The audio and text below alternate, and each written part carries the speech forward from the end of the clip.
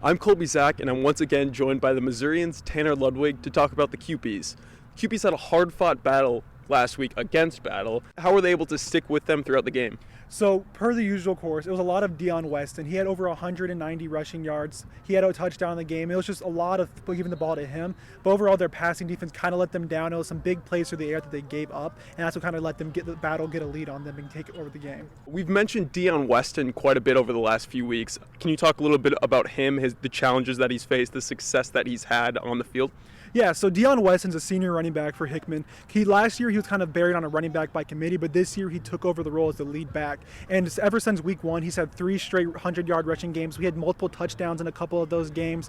And even going back to his freshman year, he tore his ACL, so he's had to battle a lot to get here. And he's really proving that he belongs here and that he can actually make big plays with this Hickman team. The QPs take on Smith Cotton here at Alumni Stadium at 7 p.m. What are they going to have to do to beat Smith Cotton? So besides just giving the ball a lot to Dion Weston, in the passing game, they need to get a rhythm built. Last week, they passed for under 100 yards, and you can't be one-dimensional on offense if you want to beat teams. And so look for them to get that passing game established early, get Colby and Clark in a rhythm so they can have an effective passing game. You mentioned their passing defense was one of the faults that contributed to their loss against Battle. Can you go into more detail about what they need to improve on and what exactly fell apart?